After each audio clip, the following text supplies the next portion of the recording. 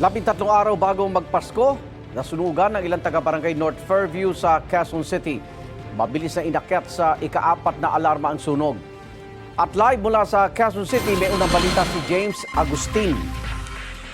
James. Igan sa mga oras na ito ay nakataas pa rin sa ika-4 na alarma yung sunog na tumutupok sa magkakadikit na bahay dito sa barangay North Fairview sa Quezon City. Pasado alas 4:20 na madaling araw na sumiklab ang apoy sa Rand Street. Mabilis na inakyat ng Bureau of Fire Protection ng alarma ng sunog dahil gawa sa light materials ang mga bahay. Ang ilang fire truck na ubusan pa ng tubig kaya nagbayanihan ng mga residente.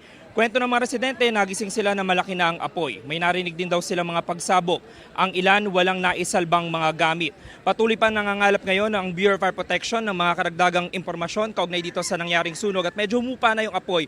Pero patuloy pa rin yung ginagawa nilang operasyon ngayon dito sa lugar. Ang ilan dun sa mga struggles ng Bureau of Fire Protection dito, Igan, ay yung makitid na daan papasok dun sa residential area kung saan nagaganap yung sunog. Ang update mamayang alas 7 na umaga sa unang balita. Ako po si James Agustin para sa GMA Integrated News.